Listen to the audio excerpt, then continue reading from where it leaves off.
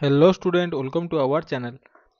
ताहले आमे दशम परीक्षा को दृष्टि रखी आम चैनल आमे साइंस रो गोटे सीरीज स्टार्ट करथिले जो थरे आमे दुईटा चैप्टर को कंप्लीट कर देइचे। कोडर लाइफ साइंस रो दुईटा चैप्टर को कंप्लीट कर देइचे। आज हम पढ़िबा थर्ड चैप्टर जोटा कोन ना हमर परिवहन संचालन रो एटा होची सेकंड क्लास। प्रथम क्लास रे हम कोन पढ़थिले आमे उद्भिद भितरे को प्रकार रो परिवहन होची ता विषय पढ़ि देइथिले। चाहिले आपण माने एयर प्लेलिस्ट चेक करि परिबे हमर कोन डिस्क्रिप्शन रही। बर्तमान आम कौन पढ़ा ना मनीषर शरीर में केमती कौन परिवहन संस्था सब कम कर विषय पढ़ा। ठीक अच्छे समस्ते जल आ खाद्य खाऊ कि नहीं?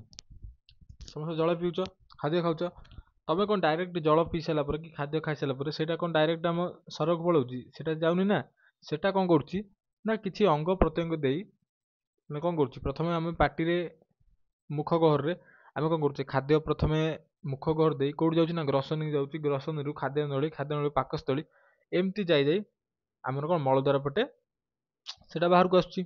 तेणुक से जो मैंने कम जो कर अंग प्रत्यंग गुड़ाक से गुड़ाक आम परिपाक क्रिय कौन करती साहाଯ୍य करते। सेमती जो आम श्वासक्रिया करुचे जो श्वसन चैप्टर आम पढ़ते मनीषर कि आनिमल विभिन्न प्रकार जो पार्ट सब पढ़ी से गुड़े कौन आम करती ना श्वासक्रिय आमको साहाଯ୍य करती जो आम शरीर में अलग अलग सब अंग बा अंश रही। सेमती आम जो ग्रंथि गुड़ाक रही ग्लैंड रही जमी लिभर गोटे ग्लैंड जमी जो ग्रंथि गुड़ाक रही से निजर जो हार्मोन जो सिक्रेट करती से बा क्षरण करती से हार्मोन को क्षरण करने से विभिन्न प्रकार परिवहन संस्थार व्यवहार करें। आम परिवहन मुख्य गोटे अंश हूँ कौन ना रक्त। ठीक अच्छे आम मनीष शरीर में बा जीवजंतु शरीर में मुख्य कौन ना रक्त रोचे आम मुख्य कौन परिवहन गोटे अंश मुख्य परिवहन गोटे अंश यहाँ रक्त कौन कर शोषण टाइम रे रक्त कौन करूला ना आरबीसी रे कौन जो अच्छी आमर जो हेमोग्लोबिन थिला कौटी आरबीसी रे ता सहित अम्लजान माने मिसीगला फल से कौन होता ना ऑक्सी हेमोग्लोबिन में परिणत होता। ऑक्सी हेमोग्लोबिन टा कौन करूला माने एटा शोषण कथा कहूँ आमर जो आम श्वासक्रिया करुचे सेटा कौन कर विभिन्न प्रकार आमर जो कोष रही पाखक जाई भांगिकी सेठी कौन यूटिलाइज होता ना आमर अम्लजानटा यूटिलाइज होता आमर जो कार्बन डाइऑक्साइड था सेटा पुणी थे रक्त सहित मिसी आमर फुसफुस पाखरे जो कोटरिका दे आमर विसरण प्रक्रिया द्वारा बाहर को निर्गत हो जाउथला। सेमती रक्त खाद्य टाइम रे आम कौन करूला खाद्यर जो पोषक तत्व रही आमर सब विभिन्न सेल पाखक को जावाई हेले से भी कौन करते ना आम रक्तर बा ब्लड साहाय्य नौते ताहले रक्त ही आम शरीर में कौन करे ना परिवहन कार्य सब करे माने ब्लड कौन जान पाइल गोटे कुली टाइप काम करे आम शरीर में कुली जमती गोटे स्थान अन्य स्थान को परिवहन करे गोटे जिनस सेमती ब्लड गोटे कुली टाइप आम शरीर में काम करे।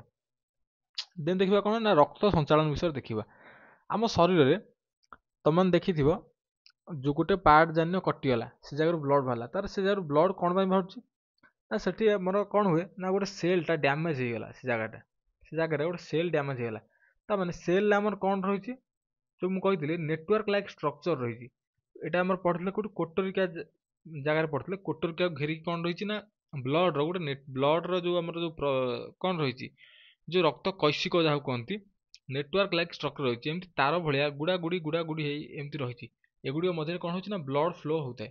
ठीक अच्छे से कौन करती माने गोटे सेल को घेरिकी रही था जहाद्वारा से विसरण प्रक्रिया द्वारा आमर अम्लजान जोगई था अंगारकाम्ल को बाहर काढ़ी था प्लस कौन करते ना खाद्य पहुँचाई था से भाया नली मान कौन कहुए ना रक्तवाहिनी बोली कहुए। रक्तवाहिनी कौन कहला ना शरीर में रक्त प्रवाह केतक निर्दिष्ट आमर कौन नली माने रही सब से नली मान कौन कहला ना रक्तवाहिनी बोली कहगला।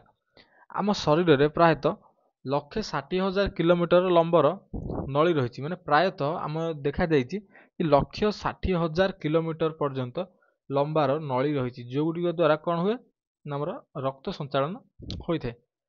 ताहले आम शरीर में तुमको जब पचार केते प्रकार रक्तवाहिनी सब रही आम 3 प्रकार रक्तवाहिनी रही से गुड़े कौन कौन ना धमनी ଶିରା ଆଉ ରକ୍ତ କୈଶିକ ଏମାନେ ହେଉଛନ୍ତି କ'ଣ ନା 3 ପ୍ରକାର ରକ୍ତ ବାହିନୀ ରହିଛି ଯାହାଦ୍ୱାରା ରକ୍ତ ପରିବହନ ହେଉଛି। ଠିକ୍ ଅଛି। ତାହେଲେ ଯେମିତି ମାନେ କ'ଣ ଏମ୍ପ୍ଲୟ ମାନଙ୍କର ଯେମିତି ବସ୍ ଥାନ୍ତି, ତାହେଲେ ଏଇ ଯେଉଁ ରକ୍ତ ବାହୀ ନଳୀ ଗୁଡ଼ାକ ରହିଲେ ସେମାନଙ୍କର ବସ୍ କିଏ? ହାର୍ଟ। ସମସ୍ତଙ୍କର ହାର୍ଟ ଅଛି କି ନାହିଁ? ହାର୍ଟ ଅଛି। ଆରେ ହାର୍ଟ ଅଛି କି ନାହିଁ? ହାର୍ଟର ସିମ୍ବଲ ତ ଏମିତି କରୁଛୁ ନା ସମସ୍ତେ। ଠିକ୍ ଅଛି। ହାର୍ଟ ହେଉଛି ଏମାନଙ୍କର ବସ୍। ଠିକ୍ ଅଛି। ହାର୍ଟ କ'ଣ କରେ ନା ବିଭିନ୍ନ କୋଷ ପର୍ଯ୍ୟନ୍ତ ମାନେ ରକ୍ତ ପହଞ୍ଚିବାକୁ ଏମାନଙ୍କୁ ନିର୍ଦ୍ଦେଶ ଦେଇଥାଏ କି ତମେ ନିଅ ରକ୍ତ ନିଅ, ତମେ ନେଇକିନା ବିଭିନ୍ନ କୋଷ ବାହାରେ ପହଞ୍ଚ। ତାହେଲେ ଯେମିତି ଦେଖିଥିବ ପାଣି ମଟର ଦେଖିଥିବ, ଘରେ ଥିବ ପାଣି ମଟର ଥିବ। ପାଣି ମଟରରେ କ'ଣ ହୁଏ? ଏଇ ଯେଉଁ ମୋଟରଟା ଥାଏ, ମୋଟର ଯେମିତି ଦୁଇଟା ପାର୍ଟ ଥାଏ। କ'ଣ ଥାଏ? ଦୁଇଟା ପାର୍ଟ ଥାଏ। ପଛ ପଟରେ ସେ କ'ଣ କରେ ନା ପାଣିଟା ଇନଟେକ୍ କରେ, ଏଇପଟେ କ'ଣ କରେ ନା ପାଣିଟାକୁ ବାହାର କରିଥାଏ। ତାହେଲେ ତମେ ଯଦି ମାନେ ଏଇଟାକୁ ଧରି ନେବ, ଏଇ ଦୁଇଟାକୁ ଗୋଟେ ଗୋଟେ ରକ୍ତ ବାହିନୀ ଯଦି ଧରି ନେବ, ତାହେଲେ ଏଇ ମୋଟରଟା କ'ଣ ହେଇଥିବ? ସେମାନଙ୍କର କ'ଣ ହେଇଥିବ? ବସ୍ ହେଇଥିବ। ଯେମିତି ଏ ମୋଟରଟା ପଛପଟରେ ପାଣି ନେଇ ଆଗ ପଟରେ ପାଣିଟାକୁ ବାହାର କରେ, ସେମିତି ଆମ ହୃତ୍ପିଣ୍ଡ ମଧ୍ୟ କ'ଣ କରେ? ହାର୍ଟର ସିମ୍ବଲଟା କରିଦେବି ମୁଁ।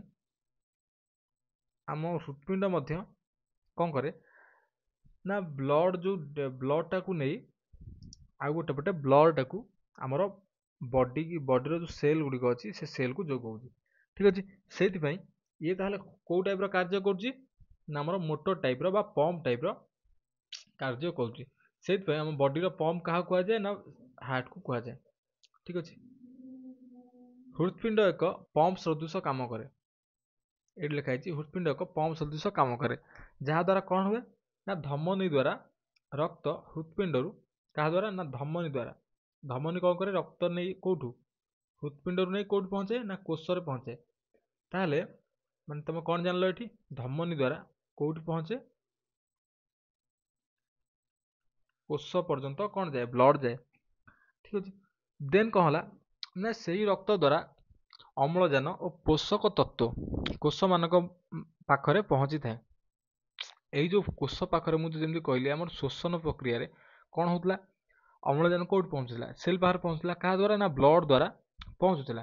ସେ ବ୍ଲଡ଼ଟାକୁ କିଏ କ୍ୟାରି କରେ ନା ଆମର ଏଇ ମାନେ କ'ଣ ଧମନୀଟା କ୍ୟାରି କରେ କେଉଁଠି? କେତେ ବାଟ ନା କୋଷ ପର୍ଯ୍ୟନ୍ତ କ୍ୟାରି କରେ, ସବୁ କୋଷ ପର୍ଯ୍ୟନ୍ତ। ଠିକ୍ ଅଛି। ତାହେଲେ କ'ଣ ପହଞ୍ଚେ ନା ସେଇ ରକ୍ତ ଦ୍ୱାରା ଅମ୍ଳଜାନ ଆଉ ପୋଷକ ତତ୍ତ୍ୱ କେଉଁଠି ପହଞ୍ଚେ ନା କୋଷ ପର୍ଯ୍ୟନ୍ତ ପହଞ୍ଚିଥାଏ। ଠିକ୍ ଅଛି। କୋଷରେ କ'ଣ ହୁଏ? ଯେଉଁ ଅମ୍ଳଜାନ ବ୍ୟବହାର ହେଇଗଲା, ଠିକ୍ ଅଛି, ଅମ୍ଳଜାନ ବ୍ୟବହାର ହୁଏ କୋଷମାନଙ୍କର ବ୍ୟବହାର ହେଲା ପରେ ସେ ଆମକୁ କ'ଣ ଦିଏ ନା ଅଙ୍ଗାରକାମ୍ଳ ଦିଏ, ପ୍ଲସ୍ କ'ଣ ଦିଏ ନା କିଛି ୱେଷ୍ଟ ମେଟେରିଆଲ୍ ଦିଏ। ଯେଉଁ ୱେଷ୍ଟେଜ୍ ଦେବ, ୱେଷ୍ଟ ମ୍ୟାଟେରିଆଲ୍ ଦେବ, ସେଗୁଡ଼ିକ ପୁଣି କ'ଣ ହୁଏ ନା ସେଗୁଡ଼ିକ ପୁଣି ସଂଗ୍ରହ ହେଇଯିବ। ସେଗୁଡ଼ିକ ସଂଗ୍ରହ ହେଇ ସେଗୁଡ଼ିକ କ'ଣ କରିବ ନା ଯେଉଁ ଆମର ଶିରା ରହିଛି ବର୍ଜ୍ୟବସ୍ତୁ କ'ଣ ହୁଏ ନା ରକ୍ତ କୈଶିକ, ତାପରେ କ'ଣ ହୁଏ ନା ଛୋଟ ଛୋଟ ଶିରା। ଠିକ୍ ଅଛି। ପ୍ରଥମେ କ'ଣ ହୁଏ ମୁଁ ଯେଉଁ କହିଥିଲି ଏଇଟା ସେଲ୍ ହେଇଥିବ, ଯଦି ସେଲ୍ ଉପରେ କ'ଣ ହେଇଛି ନେଟୱାର୍କ ଲାଇକ୍ ଷ୍ଟ୍ରକ୍ଚର ଏମିତି ଆମ ରକ୍ତ କୈଶିକ ଗୁଡ଼ିକ ଗୁଡ଼ା ହେଇ ରହିଛି। ବିସରଣ ପ୍ରକ୍ରିୟା ଦ୍ୱାରା କ'ଣ ହେବ ନା ଯେଉଁ କାର୍ବନ ଡାଇଅକ୍ସାଇଡ଼ ବା ଅଙ୍ଗାରକାମ୍ଳ ଆଉ ୱେଷ୍ଟେଜ୍ ଗୁଡ଼ିକ ସେ କ'ଣ କରିବ? ଏ ରକ୍ତ କୈଶିକକୁ ପ୍ରଥମେ ପ୍ରବେଶ କରିବ। ପ୍ରବେଶ କଲା ପରେ କ'ଣ ହେବ? ଏ ରକ୍ତ କୈଶିକ ପୁଣି ଥରେ କେଉଁଠି ମିଶିଛି ନା ଛୋଟ ଶିରା ଯେଉଁଗୁଡ଼ାକ ଅଛି ସେଠି ଯାଇ ମିଶିଛି। ସେଠି ମିଶିଲା ଫଳରେ ସେଠି କ'ଣ ହେବ? ସେ ୱେଷ୍ଟ ମେଟେରିଆଲ୍ ଆଉ କାର୍ବନ ଡାଇଅକ୍ସାଇଡ଼ ସେଠି ସିଏ ଯାଇ କ'ଣ ପୁଣି ହେବ ନା ସଂଗୃହୀତ ହୋଇକି ଧମନୀ ସହିତ ମିଶି, ଧମନୀ କେଉଁଠି ଯାଇଛି ନା ହାର୍ଟକୁ ଯାଇଛି। ସେ ହାର୍ଟକୁ ପୁଣି ଥରେ ସେଗୁଡ଼ିକ କ'ଣ ହେବ? ରିଟର୍ନ ପଳାଇବ। ରିଟର୍ନ ହେଇ ତାପରେ ପୁଣି ଥରେ ପ୍ରୋସେସ୍ ହେଇ ଚାଲିବ। ଠିକ୍ ଅଛି। ଦେନ୍ ସେ କ'ଣ ହେଇଛି ନା ଶିରାରେ ଏକ ବିଶେଷ ଧରଣର କପାଟିକା ରହିଥାଏ, ଯାହା ଅଙ୍ଗାରକାମ୍ଳ ଯୁକ୍ତ ରକ୍ତକୁ ପଛକୁ ଫେରିବାକୁ ଦିଏ ନାହିଁ। ଏଇଟା ଆମେ ପରେ ଦେଖିବା। ଠିକ୍ ଅଛି। ଦେନ୍ କ'ଣ କହିଛି ନା ଏହି ପ୍ରକାର ରକ୍ତ ସଞ୍ଚାଳନକୁ ଆବର୍ଦ୍ଧ ରକ୍ତ ସଞ୍ଚାଳନ କୁହାଯାଏ। ଏହି ପ୍ରକ୍ରିୟାକୁ ୱିଲିୟମ୍ ହାର୍ଭେ ନାମକ ଜଣେ ବୈଜ୍ଞାନିକ କ'ଣ କରିଥିଲେ ନା ଆବିଷ୍କାର କରିଥିଲେ, ଯେଉଁଥିପାଇଁ ତାକୁ ଅଲରେଡ଼ି କ'ଣ ମିଳିଛି ନା ନୋବେଲ ପୁରସ୍କାର ମିଳିଛି। ଠିକ୍ ଅଛି। ମାନେ ଏଇ ଯେଉଁ ଆବର୍ଦ୍ଧ ରକ୍ତ ସଞ୍ଚାଳନ କ'ଣ ପାଇଁ କୁହାହେଲା ଏଇଟା ଆମେ ପରେ ଦେଖିବା। ଠିକ୍ ଅଛି। ଏହି ପ୍ରକ୍ରିୟାଟିରେ ରକ୍ତ କ'ଣ ହୁଏ ନା ହୃତ୍ପିଣ୍ଡରୁ କ'ଣ ହୁଏ ଧମନୀ ଜରିଆରେ କେଉଁଠି ପହଞ୍ଚେ ନା ଶରୀରର ବିଭିନ୍ନ ଅଂଶକୁ ପହଞ୍ଚେ ବା ସେଲ୍କୁ ପହଞ୍ଚିଥାଏ। ଠିକ୍ ଅଛି। ତାପରେ କ'ଣ ବିଭିନ୍ନ ଅଂଶରୁ ଦୂଷିତ ରକ୍ତ ଶିରା ଦ୍ୱାରା ସଂଗୃହୀତ ହୋଇ କେଉଁଠି ଫେରିଆସେ ନା ରିଟର୍ନ ପଳେଇ ଆସେ ହୃତ୍ପିଣ୍ଡକୁ ଫେରିଆସେ। ଏ ଶିରା ରହିଲା, ଶିରା କେଉଁଠି ଇଏ ନିଏ ନା ରକ୍ତ କେଉଁଠି ଫେରାଇ ଦିଏ ନା ହୃତ୍ପିଣ୍ଡକୁ ପୁଣି ଥରେ ରିଟର୍ନ କରିଥାଏ। ଦେନ୍ ଦେଖିବା ହୃତ୍ପିଣ୍ଡ ବିଷୟରେ ଦେଖିବା। ହୃତ୍ପିଣ୍ଡର ଷ୍ଟ୍ରକ୍ଚର କେମିତିକା ଆଉ ହୃତ୍ପିଣ୍ଡ କେଉଁଠି ସିଚୁଏଟେଡ୍। ଠିକ୍ ଅଛି। ଆମ ବଡିରେ ହୃତ୍ପିଣ୍ଡ ତମେ ଯଦି ଦେଖିଥିବ, ମୁଁ ଯେଉଁ ଶୋଷଣ ଚାପ୍ଟରରେ ପଢ଼ିଥିଲି, ଆମର ଯେଉଁ ଦୁଇଟା ଏମିତି କ'ଣ ଥିଲା, ଫୁସ୍ଫୁସ୍ ଥିଲା ଆମର। ଫୁସ୍ଫୁସ୍ର କ'ଣ ଥିଲା ନା ଆମ ସାମାନ୍ୟ ବାମ ପଟେ, ଫୁସ୍ଫୁସ୍ର ସାମାନ୍ୟ ବାମ ପଟେ ଅବସ୍ଥିତ ହେଇଥିଲା। ଏଇଟା ଆମର କ'ଣ ଥିଲା ନା ଲେଫ୍ଟ ସାଇଡ୍ ଥିଲା। ଯଦି ଆମେ ମାନେ ଆମ ପର୍ସପେକ୍ଟିଭରେ ଦେଖିବା, ଏଇଟା ଆମ କ'ଣ ଲେଫ୍ଟ ଲଙ୍ଗସ୍, ଏଇଟା କ'ଣ ନା ରାଇଟ୍ ଲଙ୍ଗସ୍। ଏଇ ବାମ ପଟରେ ଗୋଟେ କଣକୁ ଏମିତି, ଏ କଣକୁ ଏଇପଟେ ଆମର କ'ଣ ଥିଲା ହାର୍ଟ ଥିଲା, ଏଇଟା କି ନାହିଁ ଆମର ହାର୍ଟ ଥିଲା। ଶୋଷଣ ଚାପ୍ଟର ପଢ଼ିଛ କି ନାହିଁ? ଶୋଷଣ ଚାପ୍ଟର ଯଦି ଦେଖିନା ମାନେ ଯାଇକି ଦେଖିପାରିବ। ଠିକ୍ ଅଛି। ଏଇଠି ଆମର ଥିଲା ହାର୍ଟ ଥିଲା। ସେଥିପାଇଁ କୁହାଯାଇଛି କ'ଣ ନା ମଣିଷର ବକ୍ଷ ଗହ୍ୱର ମଝିରେ, ତାହେଲେ କେଉଁଠି ନା ଆମର ବକ୍ଷ ଗହ୍ୱର ମଝିରେ। ଆଉ କ'ଣ କହିଛି ନା ଫୁସ୍ଫୁସ୍ ମଝିରେ, ଏଇ ଯେଉଁ ଫୁସ୍ଫୁସ୍ର ଏଇଟା ମଝିରେ ଅଛି, ସାମାନ୍ୟ ବାମ ପଟେ ତଳକୁ। ଠିକ୍ ଅଛି। ହୃତ୍ପିଣ୍ଡ ଅବସ୍ଥିତ। ଏଇଟା ଯେମିତି ଦେଖେଇଲି ମୁଁ, ଏଇଟା ଦେଖିବାକୁ କେଉଁ କଲର୍ର ନା ଲୋହିତ ରଙ୍ଗର, ଯେମିତି ଲୋହିତ ଯେଉଁ ମାଟିଆ କଲର୍ ଦେଖିଛ, ମାଟିଆ କଲର୍ ସେଇ ଟାଇପ୍ର କଲର୍ ଏଇଟା। ଠିକ୍ ଅଛି। ଆଉ ଏଇଟା ଲମ୍ବ କେତେ ନା 15 ସେଣ୍ଟିମିଟର। ଜାଣିପାରୁଥିବ କେତେ ଛୋଟ ହେଇଥିବ, ଆମ ସ୍କେଲ୍ ଟାଇପ୍ର ଯେଉଁ 15 ସେଣ୍ଟିମିଟର ସ୍କେଲ୍ ଥାଇନି ଆମର ଜିଓମେଟ୍ରି ବକ୍ସରେ, ସେଇ ଟାଇପ୍ର ଲମ୍ବ। ଆଉ ଓସାର ପ୍ରାୟ କେତେ ନା 10 ସେଣ୍ଟିମିଟର ଓସାର ଏହାର। ଠିକ୍ ଅଛି। ଆଉ ୱେଟ୍ କେତେ ନା 130 ଗ୍ରାମରୁ 140 ଗ୍ରାମ ଆର ହେଉଛି ୱେଟ୍। ବୁଝିଗଲା। ଦେନ୍ କ'ଣ କହିଛି ନା ହୃତ୍ପିଣ୍ଡ ହେଉଛି 4 ପ୍ରକୋଷ୍ଠ ବିଶିଷ୍ଟ। ଏହାର ଦୁଇ ପ୍ରକୋଷ୍ଠକୁ, ଉପର ଦୁଇ ପ୍ରକୋଷ୍ଠକୁ କ'ଣ କହନ୍ତି ନା ଅଳିନ୍ଦ କହନ୍ତି। ଏହାର ଉପର ଦୁଇ ପ୍ରକୋଷ୍ଠକୁ ଅଳିନ୍ଦ କହନ୍ତି, ଆଉ ତଳ ଦୁଇ ପ୍ରକୋଷ୍ଠକୁ କ'ଣ କହନ୍ତି ନିଳୟ ବୋଲି କହନ୍ତି। ଯେମିତି ଯଦି ଚିତ୍ର ଦେଖେଇବି, ଏଇ ଚିତ୍ରଟା ହେଉଛି ଆମ ହାର୍ଟର ଚିତ୍ର। ଏଇ ଚିତ୍ରଟା ହାର୍ଟର ଚିତ୍ର। ଏଇ ଦେଖିପାରୁଥିବ ଆମ 4 ପ୍ରକୋଷ୍ଠ ବିଶିଷ୍ଟ କ'ଣ ପାଇଁ ସେ କହିଛି। ଏଇଠି ଯଦି ମୁଁ ଲକ୍ଷ୍ୟ କରିବ, ଗୋଟେ ଗାର ଟାଣି ମାର୍ଜିନ୍ ଟାଣିଦେବି, ଯଦି ମୁଁ ଏଇଠି କିଛି ମାର୍ଜିନ୍ ଟାଣିଦେବି, ତମେ ଜାଣିପାରିବ। ତାପରେ ଦେଖିପାରୁଥିବ ଏଠି 4ଟା କମ୍ପାର୍ଟମେଣ୍ଟ ଏମିତି ବାହାରିଲା। ଠିକ୍ ଅଛି। ବା 4 କୋଠରୀ ବାହାରିଲା। ସେଇଥିପାଇଁ ସେ କ'ଣ କହିଛି ନା ହୃତ୍ପିଣ୍ଡଟା ଆମର 4 ପ୍ରକୋଷ୍ଠ ବିଶିଷ୍ଟ। 4 ପ୍ରକୋଷ୍ଠ ବିଶିଷ୍ଟ। ଏଇଟା ଦେଖିପାରୁଥିବ, ଏଇ ଗ୍ରୀନ୍ କଲର୍ଟା ଗୋଟେ କୋଠରୀ, ଏଇଟା ଗ୍ରୀନ୍ କଲର୍ଟା ଗୋଟେ କୋଠରୀ, ଏଇ ବ୍ଲୁ କଲର୍ଟା ଆମର କ'ଣ ସେକେଣ୍ଡ କୋଠରୀ, ଏଇଟା पर्पल कलरटा थर्ड कोठरी, आ गोटे कौन येलो कलर नहीं जा, येलोटा हूँ फोर्थ कोठरी। जदि तुम गोटे जिन लक्ष्य कर सी जमी कहला ये अलिंद आ नीलय। ठीक अच्छे। अलिंद नीलय ये कौन आम जो ऊपर दुईटा कोठरी अच्छी, यहीटा आउ कौटा आ जो यहीटा ऊपर दुईटा जो कोठरी रहा, ये दुईटा कोठरी कौन कहती ना अलिंद बोली आम कही था। कौन कही था अलिंद, मन रख अलिंद कही था। आ तल दुईटा कोठरी आम रहा, ये तल दुईटा कोठरी रहा, आपको कौन कहती ना नीलय।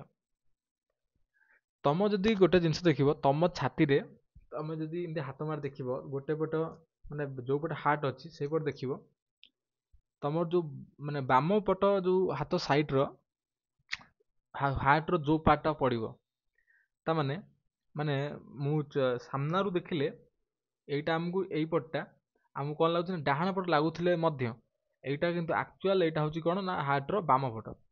एई बाम पट एई पार्टा को कौन कहते जानच बाम अलिंद। से अलिंद से माने किंतु एटा कौन हमर बाम पटर जेहेतु अच्छी एटा कौन कहते बाम अलिंद। एटा जेहेतु एई नीलटा जेहेतु बाम पटे पड़ुची आको कौन कह जाए ना बाम नीलय। आउ कौन कही ना हार्ट जो एई पोर्शनटा कोड पड़ुची ना दक्षिण पटे पड़ुची बा डाहाण हाथ साइड रे पड़ुची बोली ताको कौन कहला ना दक्षिण अलिंद। देन ଏଇ ଯୋଉଟା ଆମର ହଉଛି ନୀଳୟ ଗୋଟେ, ଏଟା ବି କଣ ନା ଗୋଟେ ଦକ୍ଷିଣ ନୀଳୟ। ବୁଝିହେଲା? ଦେନ୍ ସେ ଲେଖିଛି କଣ, ଦେନ୍ ସେ ଲେଖିଛି କଣ ଦକ୍ଷିଣ ଅଳିନ୍ଦ ସହିତ କଣ ସଂଯୁକ୍ତ ହୋଇଛି ନା ଊର୍ଦ୍ଧ୍ୱ ମହାଶିରା ସଂଯୁକ୍ତ ହୋଇଛି। ଆଉ କଣ ହେଇଛି ନା ନିମ୍ନ ମହାଶିରା ନାମକ ଦୁଇଟି ବୃହତ ରକ୍ତ ବାହିନୀ ମଧ୍ୟ ଲାଗିଛି। ଠିକ ଅଛି, ଏଇଟା ଦେଖିବ ତ ଊର୍ଦ୍ଧ୍ୱ ମହାଶିରା ଦେଖିପାରୁଥିବ, ଏଇଟା ହଉଛି ଊର୍ଦ୍ଧ୍ୱ ମହାଶିରା। ଏଇଟା କୋଉ ପଟେ ଲାଗିଛି ନା ଦକ୍ଷିଣ ଅଳିନ୍ଦକୁ ଲାଗିଛି ଏଇଟା। ବୁଝିହେଲା? ଦେନ୍ କଣ ହେଇଛି ନା ଦକ୍ଷିଣ ନୀଳୟ ସହିତ ଫୁସଫୁସ ଧମନୀ ସଂଯୁକ୍ତ ହୋଇଛି। ଫୁସଫୁସ ଧମନୀ ଯୋଉଟା ଏଇଟା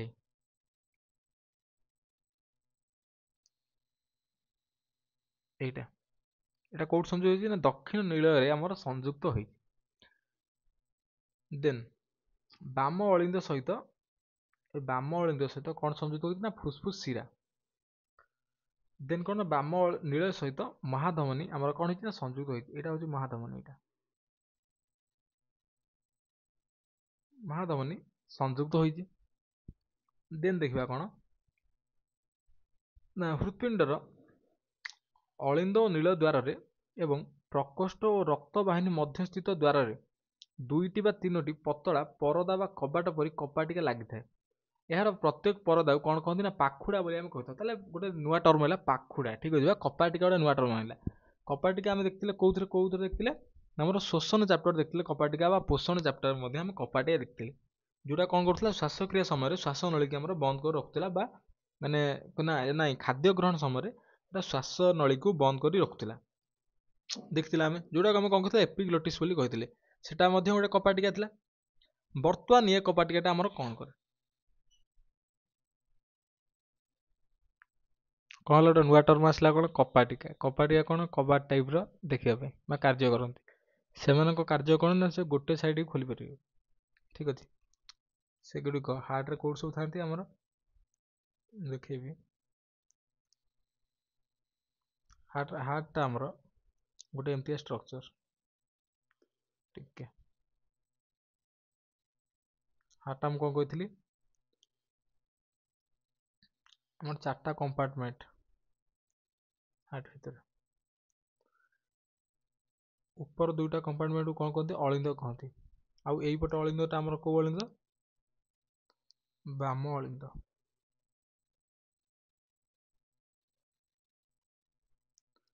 ଏଇ ତଳ 2ଟା କମ୍ପାର୍ଟମେଣ୍ଟକୁ କଣ କହନ୍ତି ନୀଳୟ କହନ୍ତି। ଆଉ ଏଇପଟଟା ଆମର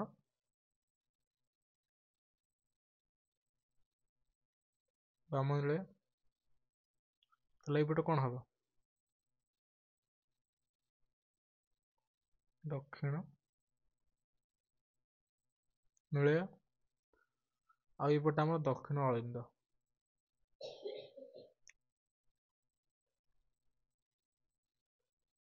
ଠିକ ଅଛି, ତାହେଲେ ଏ କପାଟିକା ସବୁ କୋଉଠି ଥାନ୍ତି ନା ଆମର ଅଳିନ୍ଦ ନୀଳୟ ଦ୍ୱାରରେ ଥାନ୍ତି। ଏଇ ଯୋଉ ଅଳିନ୍ଦ ନୀଳୟ ଯୋଉ ରହିଲା ଏଇଠି କଣ ଥାନ୍ତି ନା କପାଟିକା ରହିଥାଏ, ବା ଗୋଟେ ପାଖୁଡା ଏଇଠି ରହିଥାଏ। ଏଇ ଜାଗାରେ କଣ ଥାଏ ଏମିତି ଗୋଟେ ପାଖୁଡା ଏମିତି ରହିଥାଏ, ଏମିତି ରହିଥାନ୍ତି। ତାପରେ ସେ କଣ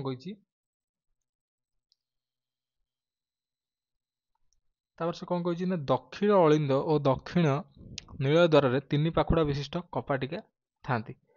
ଠିକ ଅଛି, ଦକ୍ଷିଣ ଅଳିନ୍ଦ ଆଉ ଦକ୍ଷିଣ ନୀଳୟ ଦ୍ୱାର ଏଇପଟରେ, ଏଇଟା ଆମର ଦକ୍ଷିଣ ଅଳିନ୍ଦ ଦକ୍ଷିଣ ନୀଳୟ ଦ୍ୱାର।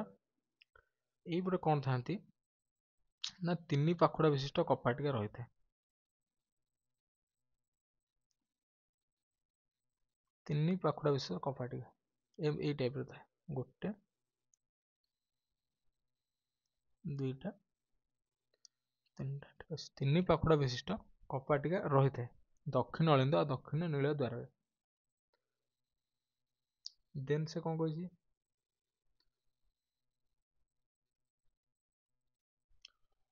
ଦେନ୍ ଆମର ଯୋଉ ବାମ ଅଳିନ୍ଦ ଆଉ କଣ ହେଲା ବାମ ନୀଳୟ ଭିତରେ 2 ପାଖୁଡା ବିଶିଷ୍ଟ କପାଟିକା ଥାଏ। ଆଉ ଅଳିନ୍ଦ ଓ ନୀଳୟ ମଧ୍ୟସ୍ଥ କପାଟିକାଟା କୁଆଡୁ ଖୋଲିପାରେ, ନୀଳୟ ଆଡକୁ ଖୋଲିପାରେ। ଆମର ଯୋଉ କପାଟିକା ଗୁଡିକ ରହିଲେ ଏଠି କେତେଟା କପାଟିକା ଥାଏ? ଦି ପାଖୁଡ଼ା ବିଶିଷ୍ଟ କପାଟିକା ରହିଥାଏ। କୋଉ ପଟେ? ଆମର ଯୋଉ ବାମ ଅଳିନ୍ଦ ବାମ ନୀଳ ଦ୍ୱାରରେ, ଆଉ ଦକ୍ଷିଣ ଅଳିନ୍ଦ ଦକ୍ଷିଣ ନୀଳ ଦ୍ୱାରରେ ଏଟା କେତେ? ଏଠି ଥାଏ କେତେ? 3 ପାଖୁଡ଼ା ବିଶିଷ୍ଟ। ଏଠି କେତେଟା ଥାଏ?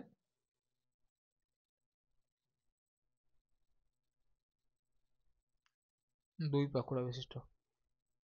ଆଉ ଯୋଉ କପାଟିକା ଗୁଡ଼ିକ ରହିଲେ, ଏଗୁଡ଼ା କେବଳ କୋଉ ପଟକୁ ଖୋଲି ପାରନ୍ତି? ଏଇ ନୀଳ ପଟକୁ ହିଁ ଖୋଲି ପାରନ୍ତି। କେବଳ ଏଇ ପଟକୁ ଖୋଲି ପାରିବେ। ବୁଝିପାରିଲ? ଏଇ ନୀଳ ପଟକୁ ହିଁ ଏମାନେ ଖୋଲି ପାରିବେ। ଏଇଟା ନୀଳ ନା, ଆମ ନୀଳ ପଟକୁ କେବଳ ଖୋଲି ପାରିବେ ଏମାନେ। କଣ ପାଇଁ ନା, ଯୋଉଥିପାଇଁ ଆମର କଣ ହବ ନା, ଆମର ଯୋଉ ଅଙ୍ଗାରକାମ୍ଳ ଆଉ ଅମ୍ଳଜାନ ଯୋଉ ରକ୍ତ ରହିଲା, ତାର ମିଶ୍ରଣ ନ ହବା ପାଇଁ ଏଗୁଡିକ କେବଳ ଗୋଟାଇ ପଟକୁ ଏମାନେ ଖୋଲି ପାରିଥାନ୍ତି। ମନେ ରହିଲା?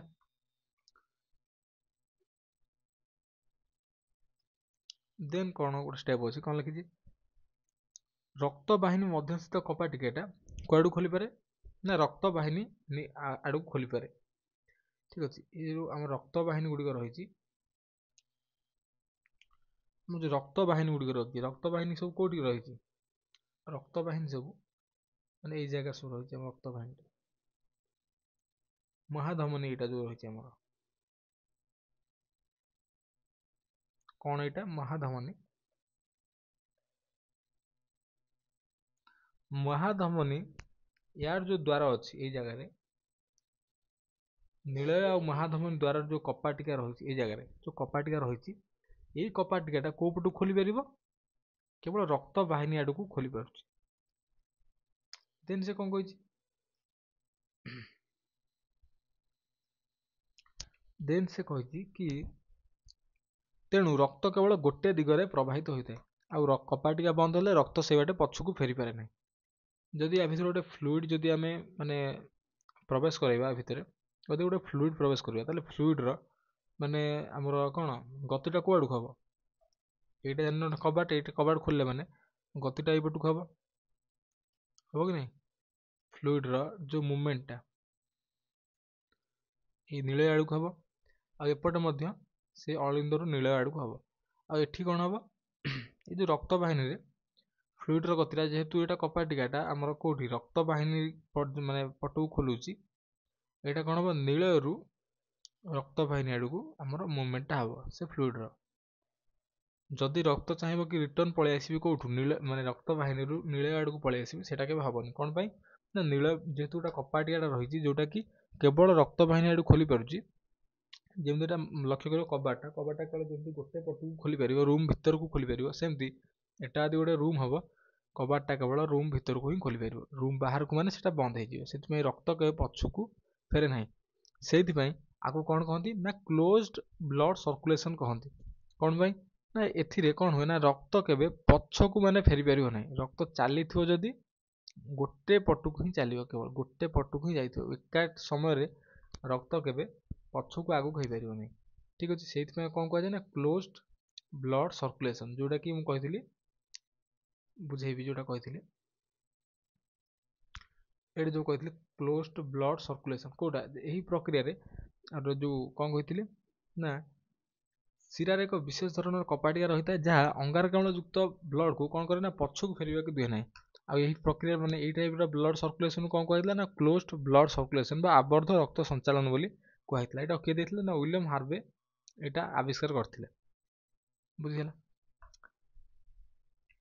ଦେନ୍ ପର ଷ୍ଟେପଟା କଣ ନା, ଚାରୋଟି ପ୍ରକୋଷ୍ଠ ମଧ୍ୟରୁ ବାମ ନିଳୟ ଅଧିକ ମୋଟା ହୋଇଥାଏ, କାରଣ ଏହାର ସଂକୋଚନ ଫଳରେ ଅମ୍ଳଜାନ ଯୁକ୍ତ ବ୍ଲଡ୍ କଣ କରେ ନା, ମହାଧମନୀ ଦେଇ ଶରୀରର ବିଭିନ୍ନ ଅଂଶକୁ ଯାଇଥାଏ। ବାମ ନିଳୟ କଣ କଲା? ବାମ ନିଳୟ ଅଧିକ ମୋଟା ହେଇଥିବ। ବାମ ନିଳୟ ମାନେ ଏଇଟା ଯେହେତୁ ଏଇଟା ହଉଛି କଣ ନା, ମହାଧମନୀ, ଏଇଟା ଆମର କଣ ମହାଧମନୀ, ଯୋଉ କହିଥିଲି ଏଇଟା ମହାଧମନୀ। ମହାଧମନୀ ଦେଇ କୁଆଡେ ଯାଉଛି ବ୍ଲଡ୍? ଆମର ସବୁ ବଡିର ମାନେ ସେଲକୁ ଯାଉଛି। ଯେହେତୁ ଯାଉଛି, ବ୍ଲଡର ଫ୍ଲୋଟା କୋଉ ପଟକୁ ହବ? ଏ ବାମ ନିଳୟରୁ କୁଆଡକୁ ହଉଛି ନା, ବଡି ଭିତରକୁ ହଉଛି। କାହା ଦ୍ୱାରା ନା, ମହାଧମନୀ ଦେଇ। ମହାଧମନୀରେ କଣ ପ୍ରବାହିତ ହଉଛି ଆମର ନା, ଅମ୍ଳଜାନ ଯୁକ୍ତ ବ୍ଲଡ୍। ଏଇ ଜାଗାରେ ଅମ୍ଳଜାନ ଯୁକ୍ତ ବ୍ଲଡଟା ପ୍ରବାହିତ ହଉଛି କାହା ଦେଇ ନା, ମହାଧମନୀ ଦେଇ। ଯେହେତୁ ପ୍ରବାହିତ ହେଉଛି ସେଟା ବଡିରେ ଆମର ଫ୍ଲୋ ହବ। ଦେନ୍ କ'ଣ କହିଛି ଆମର ମହାଧମନୀଟା ଗୋଟେ ଷ୍ଟେପ୍ କହିଥିଲା କ'ଣ ମହାଧମନୀଟା ଆମର ଏଇ ଯେଉଁ ମହାଧମନୀ କହିଲି ବାମ ନୀଳଟା ଆମର କ'ଣ ମୋଟା ମୋଟା କ'ଣ ପାଇଁ ନା ଏଇଟା ଯେଉଁ ସଂକୋଚନ ହବ ଯଦି ଗୋଟେ ବେଲୁନ ମାନେ ବେଲୁନ ଭିତରେ କିଛି ଫ୍ଲୁଇଡ୍ ନେବା ଆମେ ୟା ଭିତରେ କିଛି ୱାଟର ନେଇଛେ ଆମେ ବେଲୁନକୁ ଆମେ ଯଦି ସଂକୋଚନ କରିବା ସଂକୋଚନ କଲେ କ'ଣ ହବ ନା ୱାଟରଟା ବାହାରୁ ସବୁ ବାହାରି ପଳେଇ ଆସିବ। ସେମିତି ଯେହେତୁ ବାମ ନୀଳଟା ଗୋଟେ କମ୍ପାର୍ଟମେଣ୍ଟ ବାମ ନୀଳର ସଂକୋଚନ ହେଲେ ସେଟା କ'ଣ ହବ ନା ଯେଉଁ ବ୍ଲଡ଼ ଆମର ରହିଲା ବ୍ଲଡ଼ଟା କ'ଣ କରିବ ନା ଏଇ ଆଡ଼କୁ ଫ୍ଲୋ କରିବ କାଆଡ଼କୁ ବଡି ଆଡ଼କୁ ଫ୍ଲୋ କରିବ ମହାଧମନୀ ଦେଇ ବଡି ଭିତରକୁ ଫ୍ଲୋ କରିବ। ଦେନ୍ କ'ଣ ଦେନ୍ କହିଛି ଦକ୍ଷିଣ ନୀଳୟର ସଂକୋଚନ ଫଳରେ କାହାର କୋଉ ନୀଳୟ ନା ଆମର ଦକ୍ଷିଣ ନୀଳୟର ସଂକୋଚନ ଫଳରେ ଠିକ୍ ଅଛି ଦକ୍ଷିଣ ନୀଳୟ ସଂକୋଚନ ହେଲେ କ'ଣ ହବ ନା ଅମ୍ଳଜାନ ବିହୀନ ରକ୍ତ କୁଆଡ଼େ ଯିବ ନା ଫୁସଫୁସ ଧମନୀ ଦେଇ ଫୁସଫୁସ ମଧ୍ୟକୁ ଯାଏ।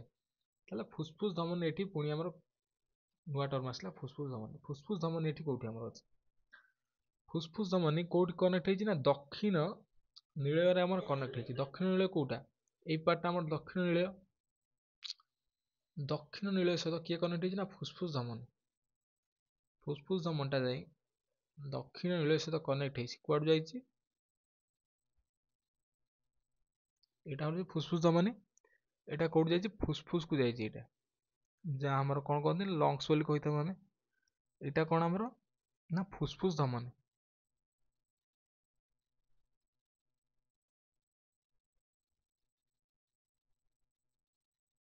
ଫୁସଫୁସ ଧମନୀଟା କ'ଣ କରେ ଏଇ ଜାଗାରେ କ'ଣ ହୁଏ ଯେଉଁ ଅଙ୍ଗାରକାମ୍ଳ ଯୁକ୍ତ ବ୍ଲଡ଼ ରହିଲା ଯେଉଁ ବ୍ଲଡ଼ ଯେଉଁ ଅଙ୍ଗାରକାମ୍ଳ ଯୁକ୍ତ ବ୍ଲଡ଼ ଆମର ରହିଲା ସେ ଅଙ୍ଗାରକାମ୍ଳ ଯୁକ୍ତ ବ୍ଲଡ଼ କ'ଣ କରେ ଯେତେବେଳେ ବଡି ପାର୍ଟରେ ଯେତେବେଳେ ଅମ୍ଳଜାନ ୟୁଜ୍ ହେଇଗଲା ଅମ୍ଳଜାନ ୟୁଜ୍ ହେଲା ପରେ କ'ଣ ରିଲିଜ୍ ହେବ ଆମର ଅଙ୍ଗାରକାମ୍ଳ ରିଲିଜ୍ ହେବ।